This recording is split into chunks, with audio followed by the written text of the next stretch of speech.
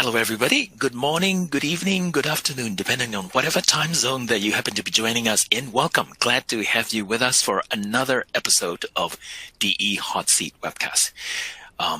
Today, we are going to be talking about 3D printing. Specifically, this episode is dedicated to design to be printed. So we will be talking a lot about design for additive manufacturing, or a skill that is known as D4AM.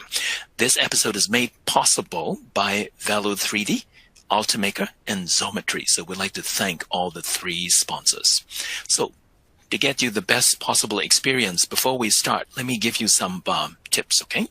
I want to remind everybody that if you have questions for the panelists or questions about the topic, you can submit them into the Q&A box at any time. We'll address them in the Q&A session after our discussion.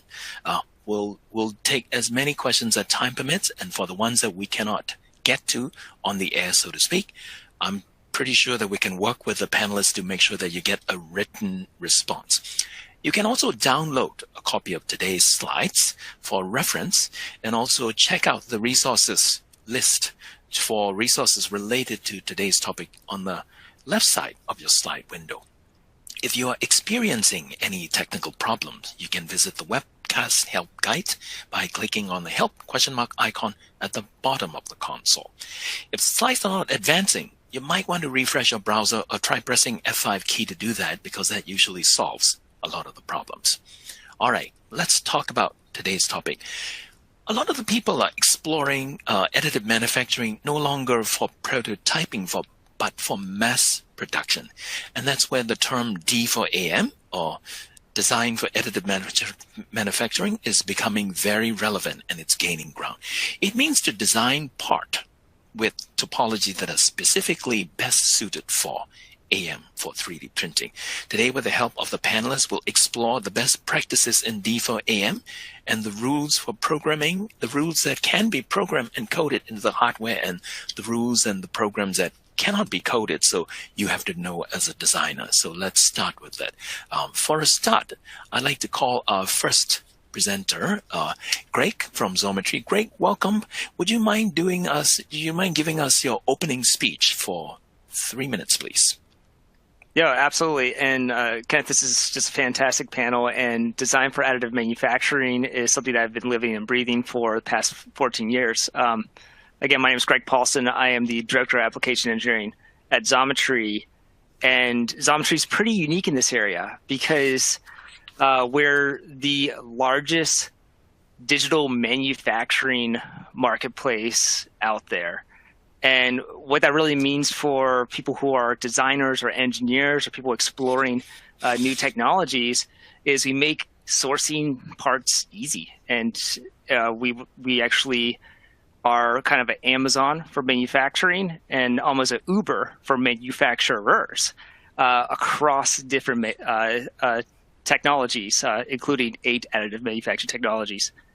I'm going to take my 3 minutes and just kind of show you what that looks like. I think that's the easiest way to show versus tell on here. And let me see if this should be pushed to the audience here. And I just have a quick web demo showing what Xometry is all about, as far as like, I have a design, let's get it made. So in this case, if you go to Xometry's site, or you can actually do this with our CAD add-ins as well, it all starts with a 3D model. Once you upload, you're able to configure between different processes. So we do have additive. We also have subtractive options, molding, casting as well. But in this case, I'm just going across additive, and very quickly look at things like pricing, look at things like design feedback, and even in different configurations. So I believe this one, and we started on multi-jet fusion, and just as quickly now I'm on vapor smoothed, dyed blue selective laser sintering, kind of catching up here. But let's say I'm looking for a showpiece model or something, I could just as quickly go and look at pricing, lead times for stereolithography, even give it a quick clear, so it has more of like an ice cube clarity to it versus just a matte finish. See how prices change dynamically over time. And it's a resource, because usually what I'm doing is trying to source between this. Oh yeah, this is printing in metal. So let's print this in aluminum just as easily. You can click and see pricing, and you'll also see that price go, up a little bit because one does not simply print in metal there. And ultimately, for you as a tool for a designer, like we're there to back it up on our side too. So everything that you're looking at, everything that we offer, we have design guides, we have feedback on our site. We have application engineers like myself and our team to help customers choose their way. So that was a very quick run on the demo, but it's there to just kind of show like what you can do there. And the last thing to go before we go to the next panelist is we're starting to meet customers where they are. So in that design experience. So these questions that you're answering today, as you're working on your designs, you can actually see how that prices. What does that radii do to my project? What does this this lattice structure do? Get pricing and feedback, and we run on Inventor, Fusion 360, as well as SolidWorks platforms. Really good. Thank you very much, Greg. And also the plugins are really good because a lot of the time when people are designing, they're not committed to buying or ordering yet. So they want to be just able to play around with it inside the CAD program. So the plugins are wonderful. All right, let's call and meet the next presenter. The next presenter is Matt. Matt is from Vello 3D. Matt, welcome. Would you also give us your 3 minutes opening remarks, please? Hey, Kenneth, thank you. And thanks for having us.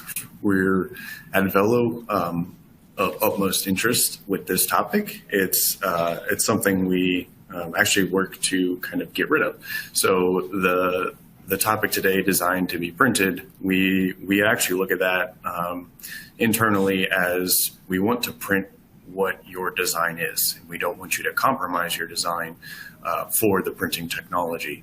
So everything we do is to achieve the goal of solving your engineering challenges and printing the actual geometry that you're interested in creating to execute the function of your application.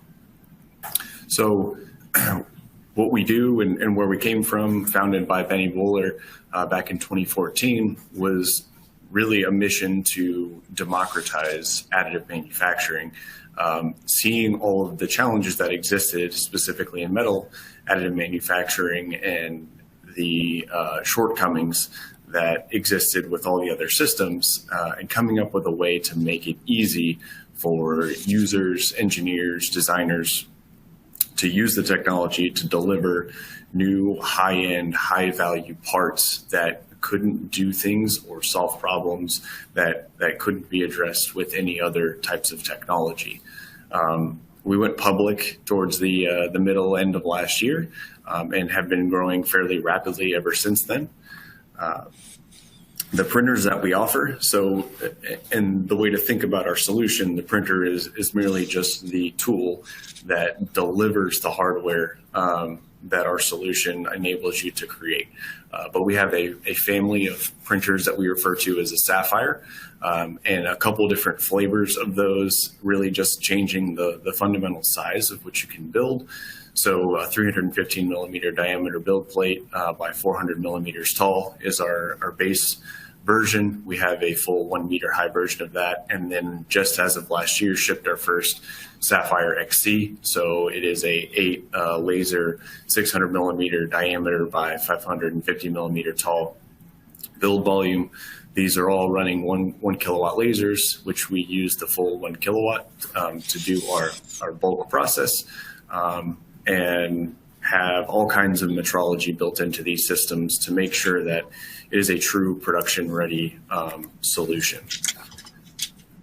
The types of parts we print, usually going after high-value parts that are moving fluids, exchanging heat, that are performing complex functions that are generally very hard or impossible to manufacture any other way, including the conventional metal AM systems that struggle with angles below 45 degrees and certain features that are very delicate and fragile. Some of the customers that we tend to work with today, a lot in the space, aerospace, oil and gas, energy sectors, but very rapidly expanding beyond these industries as well as we kind of roll out our new products and improve our technology. And then the materials that we've developed today, so something to understand about how we do materials is we develop all of the processes internally, and when you purchase one of our systems or use one of our systems, everyone is running to the same recipe, and it is a very well refined and completed solution for all of these materials that has material property data behind it as well.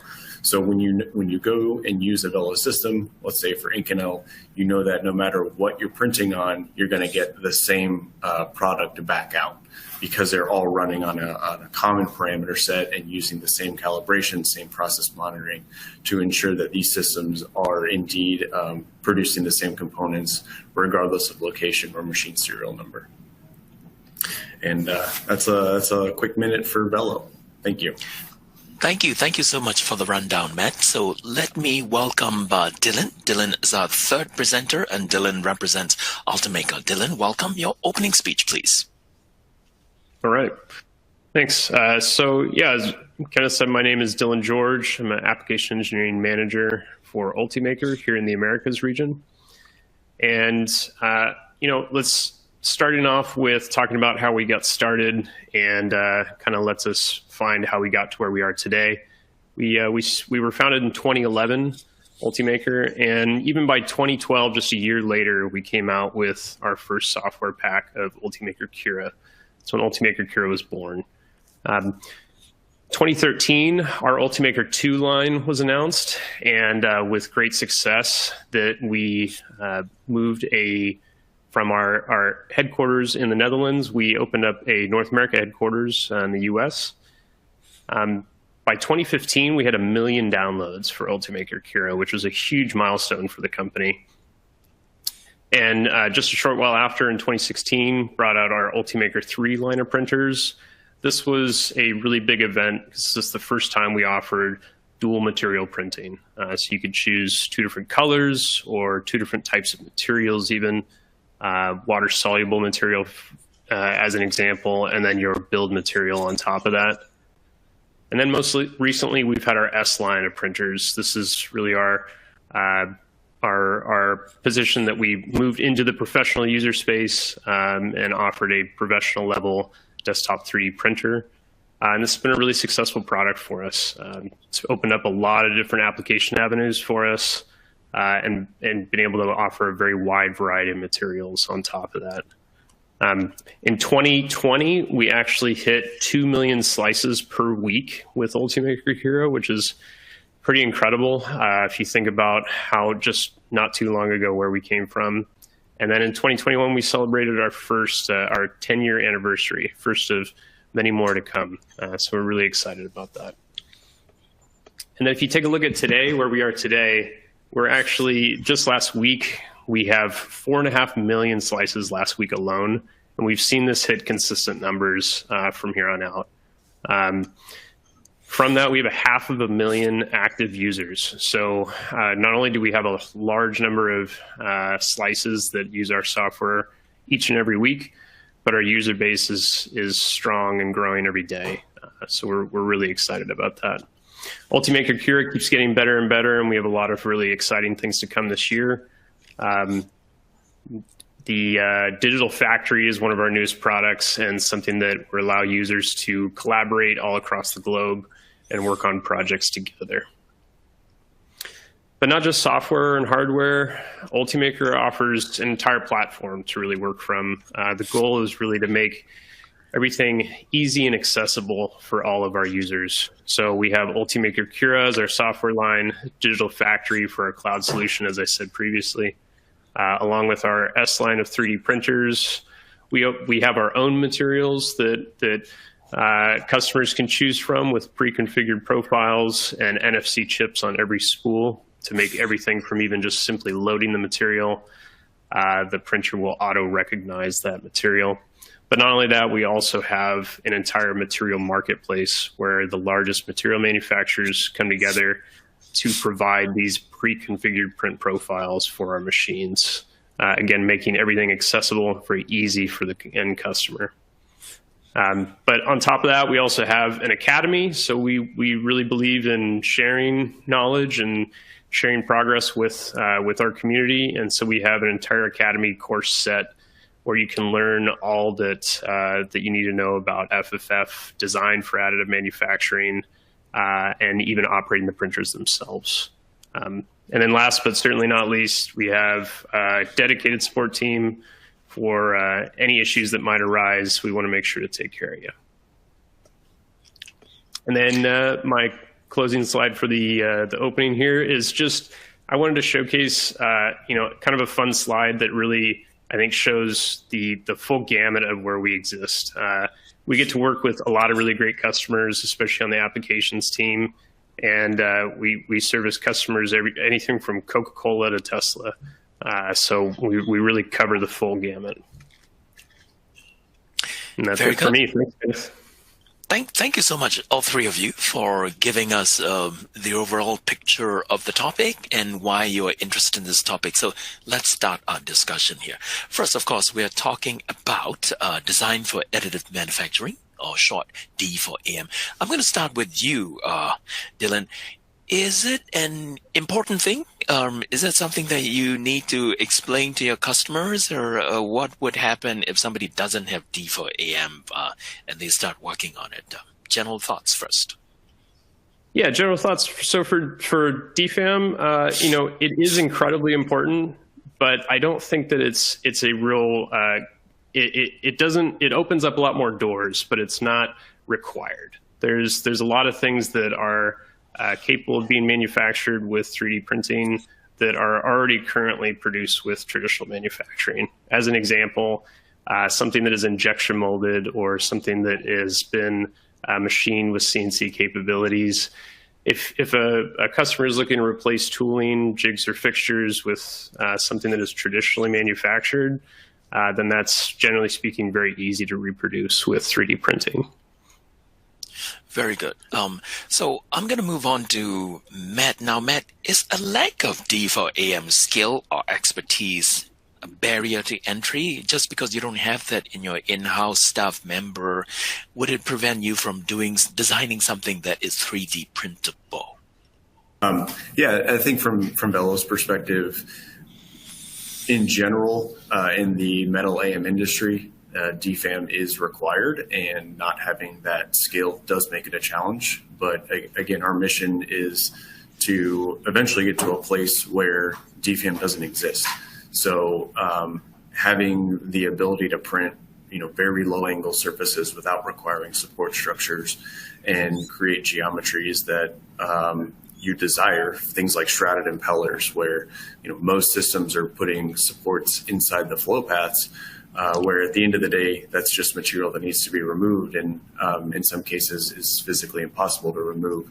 So having the ability to create these components, without having to use a DFAM or compromise on your design, is where we see the industry going, and basically getting to a point where DFAM doesn't exist and isn't required by engineers and designers. They can use the tool to create the geometry they want. Great. If somebody submit it's something that they want printed and it's not exactly designed to be optimal for 3D printing, how does your automated submission system deal with that? Yeah, and this is actually what's pretty cool, because we are a fairly agnostic manufacturing system, right? So we're looking at all different technologies, and we're putting AI and machine learning to work on these. So one of the things, that quick demo I was showing, I really didn't highlight this purple box that shows up sometimes when you upload your file, and it says recommended process. Now, it's not necessarily a DFAM thing, but what it's trying to do is saying parts like this that are designed like this in this type of marketplace are typically purchased with this process technology. So if you have something that is kind of big, bulky, and has counterboards and stuff, it's probably a CNC machine part, right? But if you have something that has much more organic features, it'll probably actually tune towards a powder bed fusion process, for example, like selective laser sintering or multi-jet fusion, and just help tune you there. So sometimes it's a loaded question, because sometimes when a customer comes in, they may not know what they're choosing, but at least we try to help guide them, saying a lot of times CAD like this is purchased in this process. You can change it if you want. Just kind of touching base on what Matt was saying, though, about metal, because I had a little example here. This is the classic GE engine bracket. And we were having a pre discussion where, sometimes the things on my desk are things that failed, right? And the stuff with metal printing is you do need support structures, and that support structure is the metal itself. So instead of me getting my file or sanding down or having something soluble, although there's some cool stuff happening right now, you have to remove that. In this case, this part I'm pretty sure was actually just a file error, but it had a plane going across the bottom of it. It's hard to see on this camera, but it's just super rough. It's just incredibly rough. And it would not be, desirable because when you're thinking about how you're growing parts, right? You're not just magically having a part appear here unless you have something underneath that support structure, or in some cases like a powder bed. And when there's nothing there, the metal just wants to do anything but stay still. And so, metal is very, very sensitive. But some processes like laser sintering or multi-step fusion, where you don't have support constraints, you could just kind of go nuts. You could go nuts with design, and I call it very forgiving processes, right? Because you could do some really unique things with that.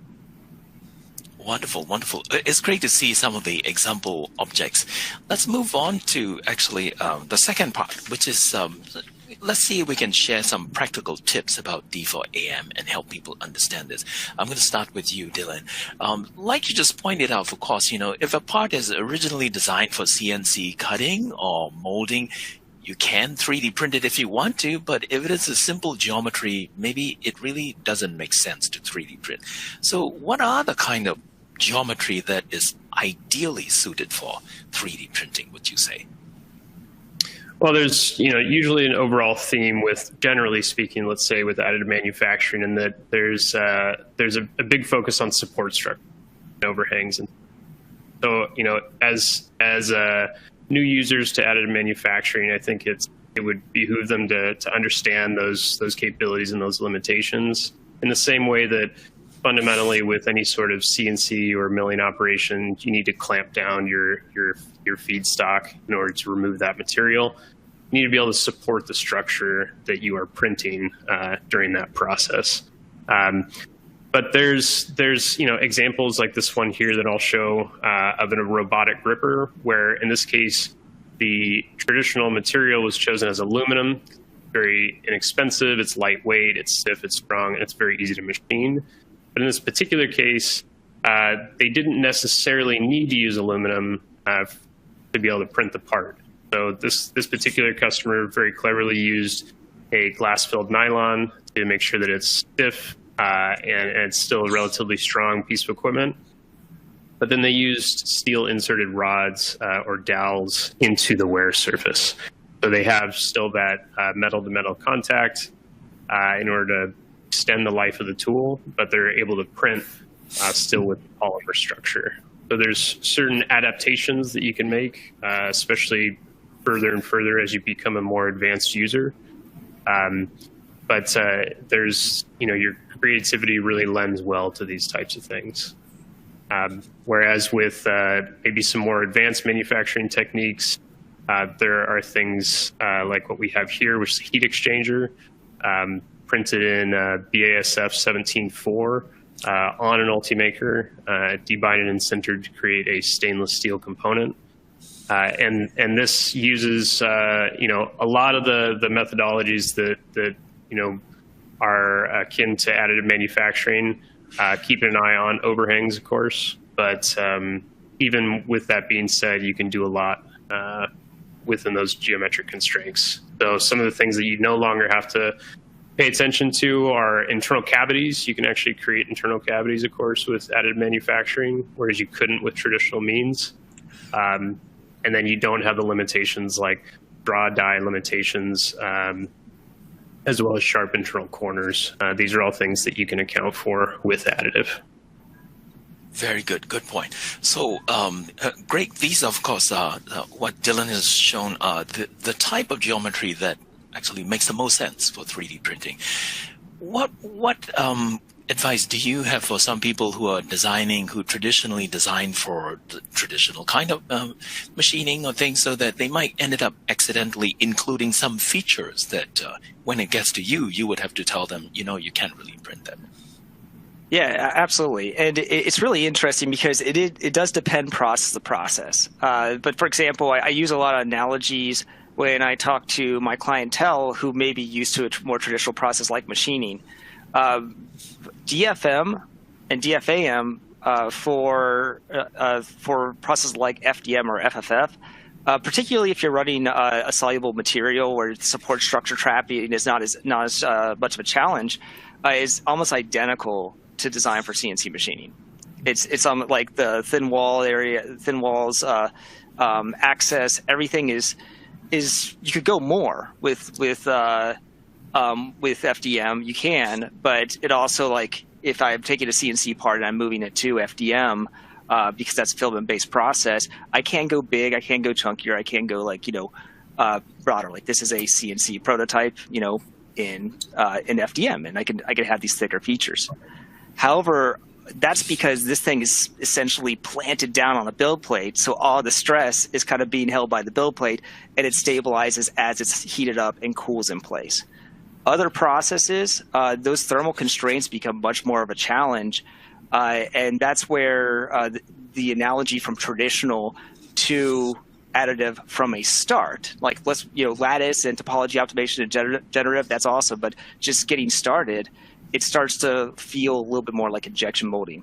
I want those even wall thicknesses. I want something that in an expanded stage, when it shrinks, doesn't have like this, hot core in the middle that makes everything want to bend around and warp, for example. So usually, if I'm moving something to additive, I like to look at the feature and be like, doesn't need to be there. If I have mass on my part and I'm growing it, I'm 3D printing it, I'm making my machine work for it. I'm adding price and overhead. If I don't have mass there, I don't need to deposit it. And, so it actually reduces costs. Where in CNC machining, on the inverse, if you remove material, you're removing material with a tool. When you leave it there, like you're simplifying the part and simplifying the overhead. But some of those notes just on what Dylan was saying, orientation does matter if you're thinking about supports. The layer type, is this a filament? Is this a powder bed? Is this a liquid resin being cured? May affect how you do this. Think about making features that grow on top of each other, those self-supporting features, like think coral, or tree versus, traditional things that may have much more of a square, jagged cross line to it.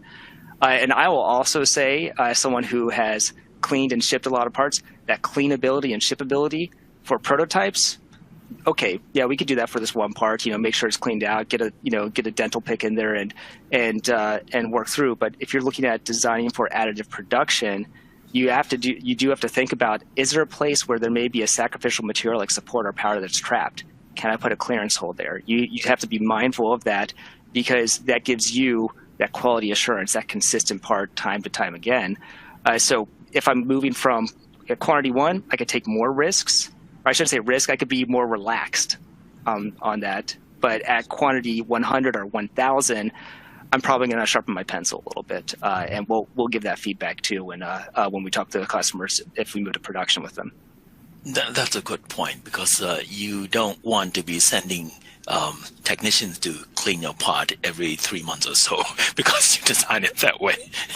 or yeah, you make a part that has a confined hollow, and you don't have proper clearance, so the thing becomes a salt shaker. It looks great, and then one day it just decides to dump powder on you, and it's not just you're a designer too, right? So you're the designer. We're fabricating on the best process, and a little extra clearance hole or wider hole in that area makes a remarkable difference on cleanability. Very good point.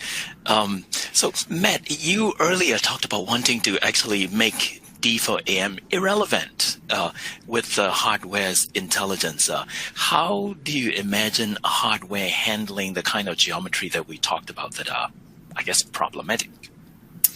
Yeah, it's more than just a hardware. It's having an entire solution. So making sure that the software that you're using on the front end is bringing in the most representative geometry. So ideally your native CAD file, and then applying the appropriate parameters and working with the hardware to give the appropriate instructions. And then when you get to the hardware, making sure it's well qualified and running in spec, not only before the build, but during the entire process.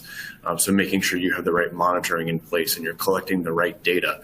And then on the back end, ensuring that everything went as inspected or as anticipated, and having the ability to go back and parse through that data if something did go wrong and kind of identify where it went wrong. So more than, again, just looking at the system, the hardware itself, it's having this full solution that integrates from kind of CAD to printed part, that making sure you're not having discontinuities during that process. And then once you have that stable platform that's, more comparable to like a CNC machine that, runs repeatably over and over and over, you can then go define and develop these very high-end process parameters that are more or less operating on kind of the edge of stability. And that's how you then unlock being able to create these very high-end complex geometries and being able to create these surfaces that don't require supports, which also requires a kind of a very deep understanding of the melt pool behavior and how the laser interacts with the powder, how the powder interacts with the melt pool, all those types of things, which we try and take out of the equation for people because, you can have, let's say your business is making widgets, right? You don't want to go have to start up an organization that then becomes process parameter experts just to be able to make your widget. Your value is creating the widget itself. So if there's a solution out there that the hard part is already done and you can just deliver the part that you want to make, that's the direction you would go, right? So Vello's approach is to do all that hard part, that deep kind of knowledge of process development, and then provide that as part of our solution so our customers can then go make the parts that they need and want to make. Okay, let's talk about hardware, software, processes, and services altogether, that ecosystem that is going to support you if you want to go into mass production using AM. So let me start with you, Dylan. What's a good strategy to match a particular type of machine, a particular type of materials with what you're trying to accomplish with that design? Yeah, absolutely.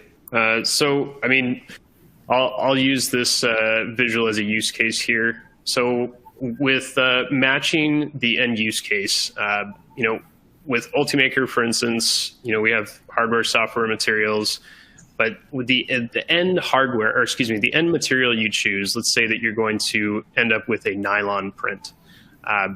You do have the flexibility to first print those first 1 to 7 prototypes in an inexpensive PLA, for instance, something that's more forgiving, something that you can learn from, maybe something that allows further overhangs without support structures, or maybe a water-soluble or easily breakaway material as a support structure. And then you can graduate on either as you become more proficient with the technology and that material to something that you will be your end product, such as a nylon or some sort of glass-filled polypropylene, whatever suits the needs of the application. And then once you have your design, you can figure out just how many machines you need in order to keep up with the production that you require. So knowing the build volume that you require, as well as the overall quantity that you're looking to produce, you can decide whether or not, let's say, keeping within our product line as an example, you can choose to use an S5, which has a larger build volume, or if you're producing and only producing smaller components for your desktop, then that could be like an S3, for instance. So really matching what it is that you're intending to produce with the type of machinery.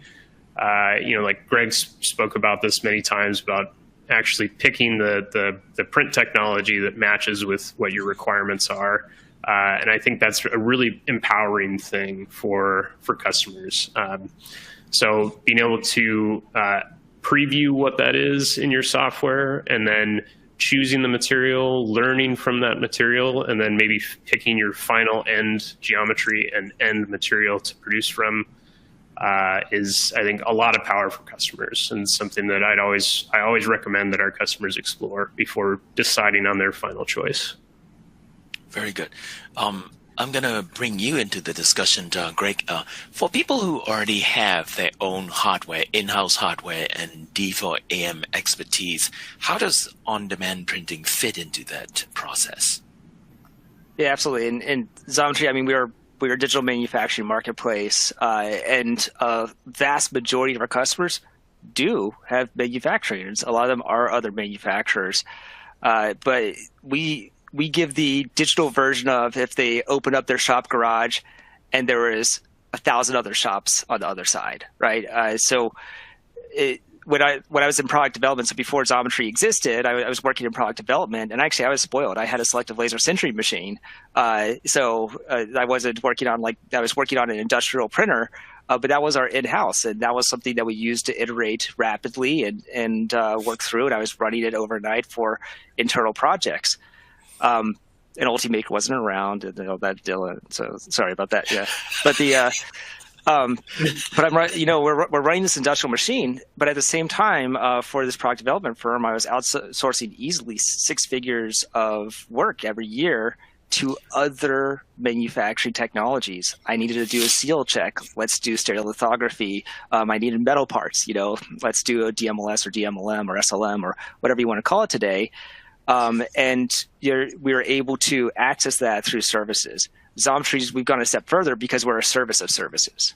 And so we give you that speed. We're running every part starting the next day because we always have parallel capacity of redundant manufacturers.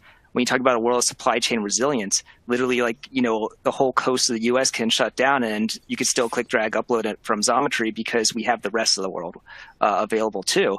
So we don't have the disruptions that you would have with a typical single shop or single supplier, or your colleague is called in sick today so you can't run your printer that day. So there's a lot of benefits to having a manufacturing marketplace as part of your digital strategy, as part of your production strategy, and let alone, I was joking. I was looking at this. This is a multi-jet fusion part that is chemically vapor smooth, dyed black, and has fantastic results to it.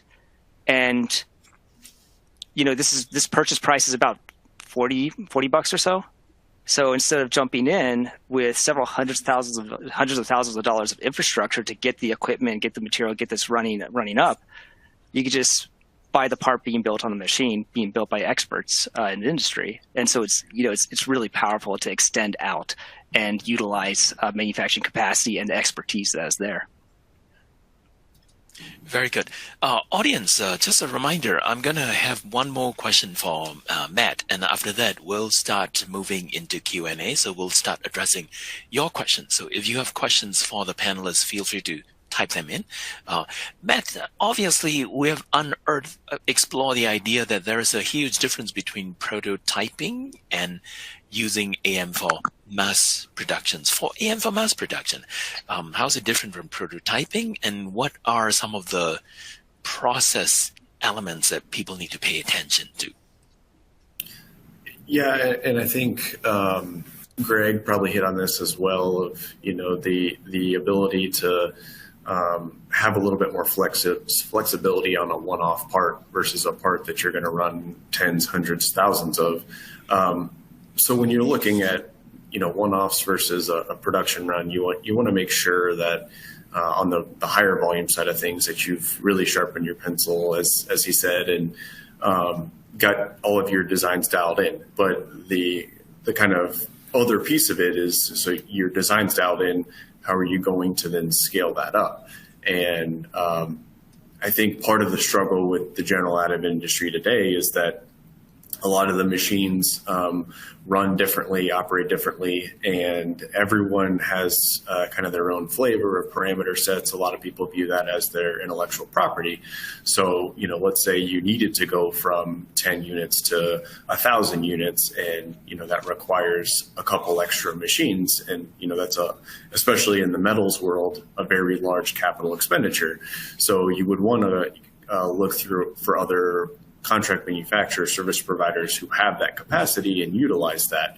But the fear then becomes, am I going to get the exact same quality out of all the different manufacturers? So what we at Vello have tried to do, and I hinted at it a little bit, is a couple things. Make sure all of our printers run the exact same way. So we have one-click calibrations where we've made it extremely easy to calibrate our machines such that we recommend they calibrate once every single week, if not before every single build. So you kind of set the baseline for your machine very often, make sure it's running optimally.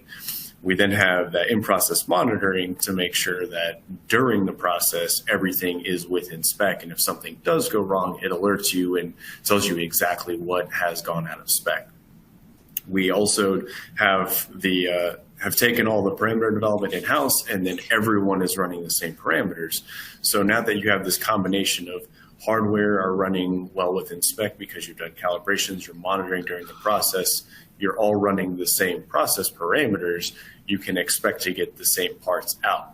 The final piece there is the build file, right? So you've got your design sharpened up, you've got all your hardware lined up. Now we have the ability to create this build file, which we refer to as a golden build file, that you set it up once, whether you have our flow software or we at Vello help you do that, you can then create a print file that is completely self-contained, has all the instructions, send it to any printer in the world, obviously running the same material, and expect the exact same quality back out. So it makes a very easy, very quickly scalable solution to go from one-off rapid prototyping to mass production. Okay, very good. Thank you very much. This is a very good discussion, and it's now 40 minutes into the hour, so it's a good time for us to move into Q&A. So let's just go ahead and do that. The first question, this is actually one of the questions that came in through the registration process. So let's tackle this one. Cost comparison between 3D printing and conventional manufacturing, current limitations in technology. So why don't I start with you first, Greg, because you're in the business of cost estimation. So, and then we'll ask the other panelists to chime in. Yeah, absolutely. And as I noted before, there is an inverse in paradigms when you're thinking about what drives cost. When I'm thinking about traditional processes, like direct manufacturing processes, so like sheet cutting, CNC machining, etc., the cutting action is the work. So the more stuff I need to remove, the higher the costs are driven. Where in additive, the actual deposition of that material is the work. So the more stuff there is, the more work there is to it. So you always want to put your additive parts on a diet in order to help save costs and optimize a little bit. But there's also just general things about design. Design for additive manufacturing really, really shines when you highlight what additive can do, especially when you're thinking about an end-use part that will be ultimately additively manufactured. Can I consolidate part features? Can I create off-angle features? Can I go organic or optimize in a way that would just be very difficult to machine traditionally? One of the greatest challenges that I usually see is a super large organization comes up and they're like, I'm going to hire a full-time person to get into this additive manufacturing. And the very first thing the person does is says, we've been CNC machining or turning this part for, the past 30 years, and it looks like this. And they're like, can you make it cheaper in additive? And you just look at them and you're like, no, I can't. You have cost optimized this and bid against it, and there's probably a work cell that lives and breathes to make this fit widget. So no, I can't. Now, if you're working on a new process, or this is part of a greater assembly, where all of a sudden this could also have, a complex gear function to it, or the weight savings I could gain from additive will save this airplane $10,000 a year, then that's the excitement, right? So it's apples to apples. If it looks like a machine part, it probably is a machine part. With additive, you can explore a lot more options on design. But ultimately, like that's, if your design intent starts at additive, like that's where you really drive the value, like the value add there. And it could be more than just the manufacturer. It could be what else can it do for my assembly. Very good point. Dylan, do you want to add something? Cost comparison between traditional manufacturing and 3D printing.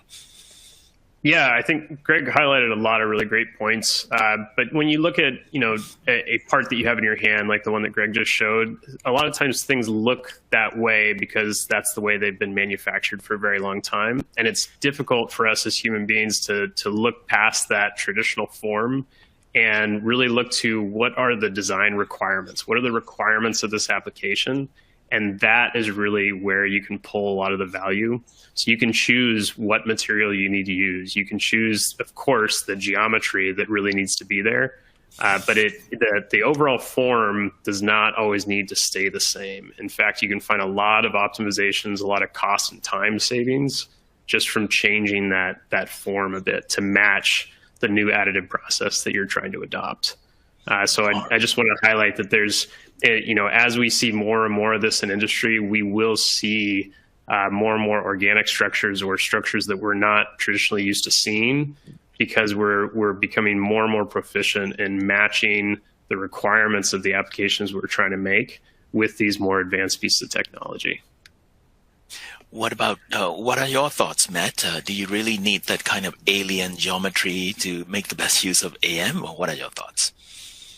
No, we have a kind of probably inappropriate phrase at Vello, so I'll sanitize it, but it's why Vello or why AM, and you guys can probably pick the rest up. But there's always got to be a motivation for why you're making that part in the technology that you're choosing, right? And it's really no different than looking from a casting to a machine part to an injection molded part.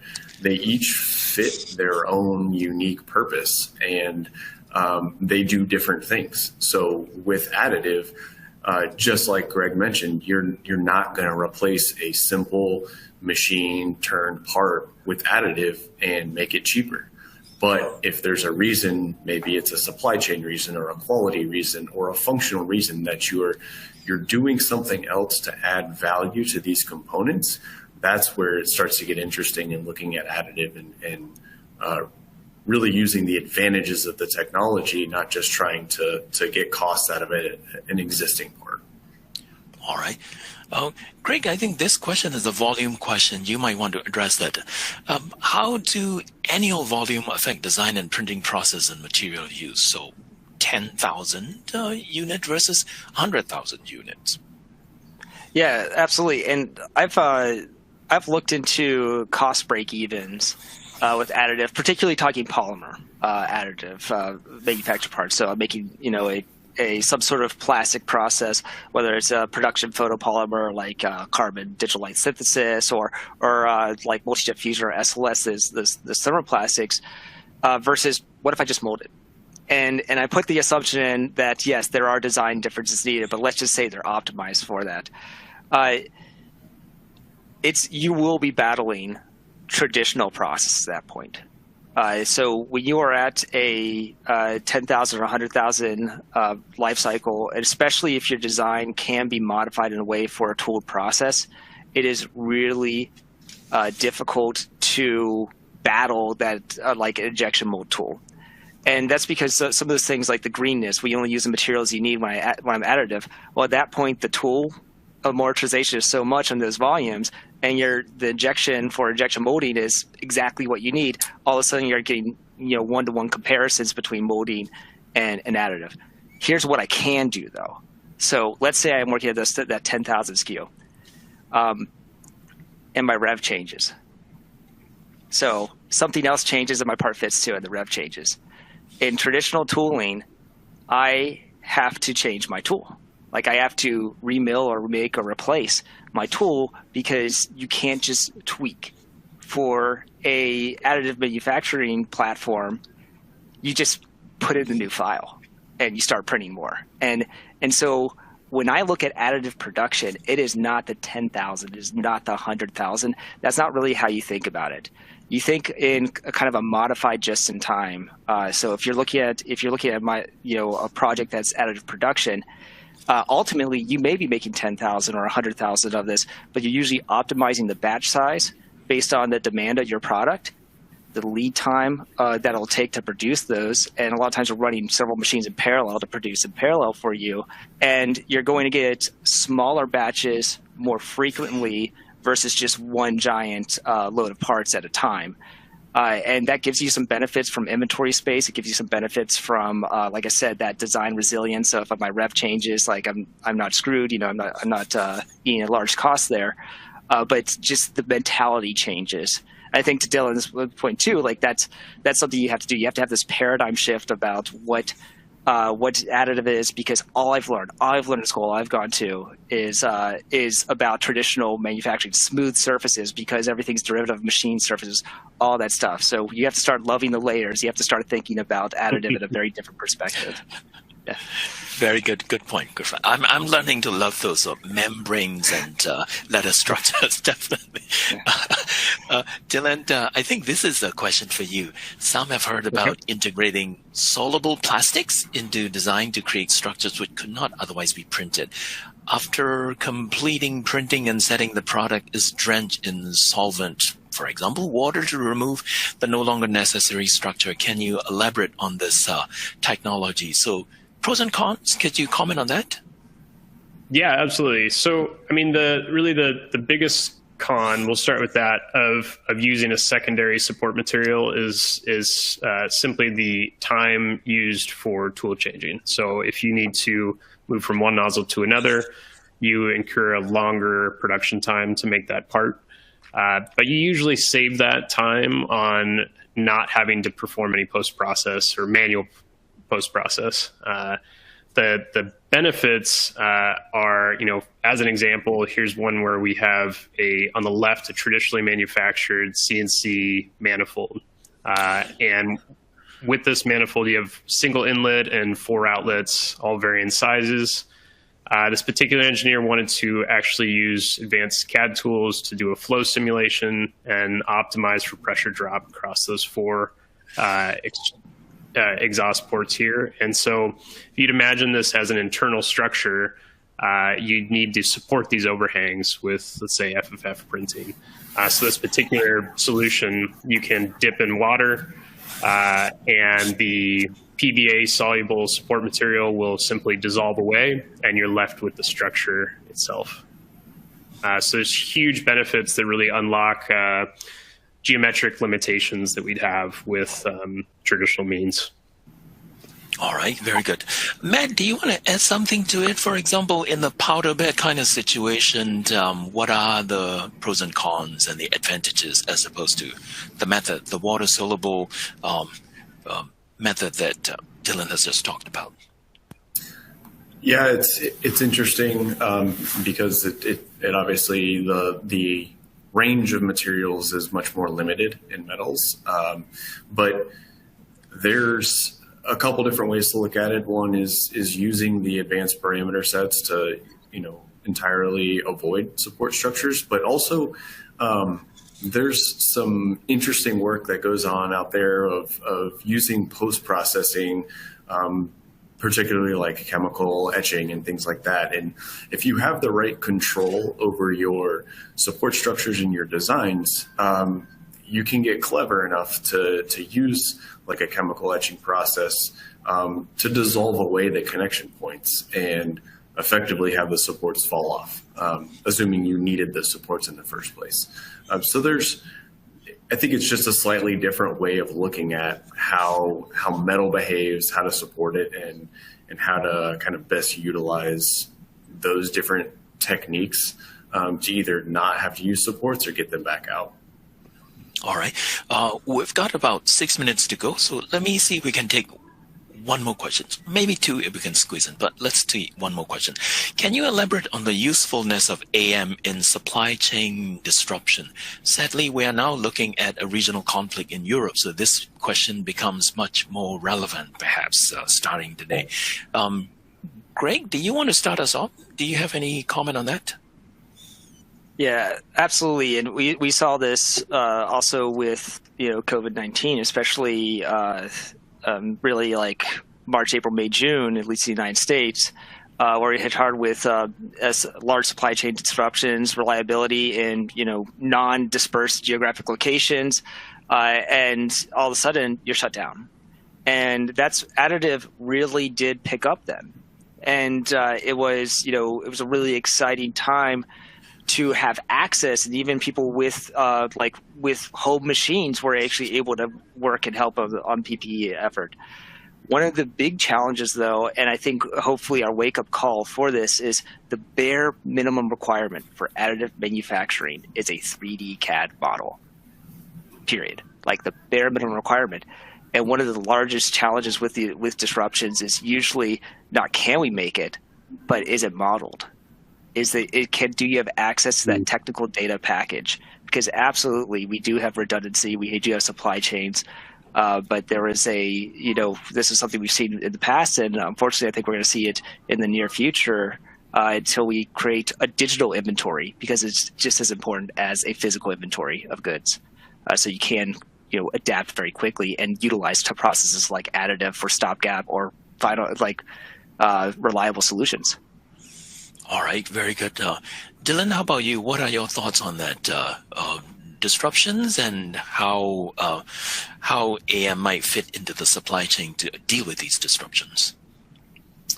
Yeah, these past couple of years have been really exciting for Additive. That's been a positive, I'm sure.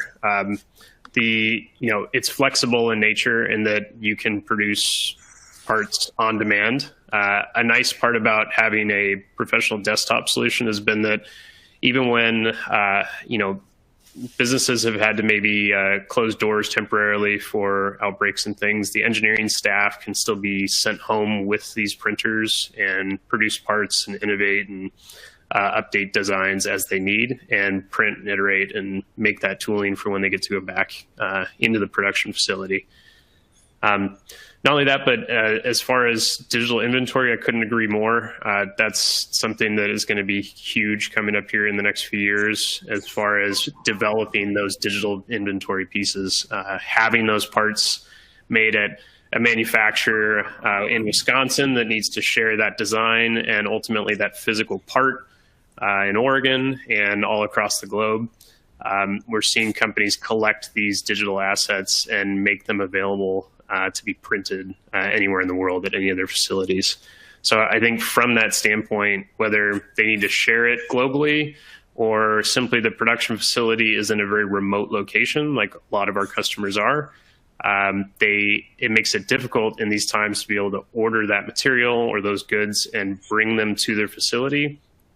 Whereas if they have the material available and the printers to produce those components, then they can make it there in-house. And so I think depending on what the use case is for the customer, whether they order the printed part or produce it themselves, ultimately it has to work for their workflow. And I think that customers have more opportunities or choices than ever before. So it's a really exciting time for Additive, especially specifically around supply chain. All right, very good. Matt, how about you? Do you want to add your thoughts to this question, or would you like to use the remaining maybe 2 minutes or so to address one of the remaining questions that you like? Either way, I think supply chain disruption is probably a pretty powerful tool that Additive does. And I think a really easy way to look at how Additive can disrupt the supply chain is look at all the pain points of the supply chain today. And so for very complex parts, it's things like tooling and lead times. So being able to eliminate all of that and deliver parts much faster.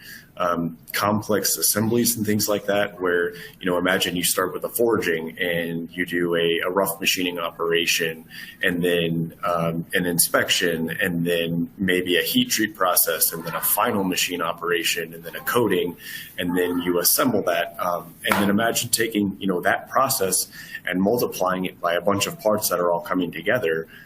Just the number of people involved to pull all that together, the number of drawings, the number of CAD files, the number of times things are shipped from point A to point B. You can effectively eliminate all of that if you are able to combine all those components into one. And the amount of time and money and energy and resources saved, it's a interesting challenge because it's very hard to quantify. It's a very complex problem. If people tend to look at just end part costs at the end of the day, but there's things like how many engineers did you have to maintain all those drawings, which doesn't necessarily directly go to the cost of that part, right? So being able to address a lot of those things is hugely powerful with AM technology, regardless of if it's metal or plastic or some other technology. Very good. Thank you very much, gentlemen. With that, we actually hit our 1 hour mark right on the spot. So it's time for me to wrap up and say goodbye. To the audience, thank you very much for sharing your precious time with us. And we'd also like to thank, of course, our 3 sponsors, Vello 3D, Ultimaker, and Xometry, that makes this particular live discussion possible. I also want to thank our invisible hero, Steve Paul, who's our production manager who works behind the scenes to make us all look good and sound good and everything goes smoothly. So with that, ladies and gentlemen, I'm Kenneth Wong for DE 24/7. Until next time, we are out. Thank you.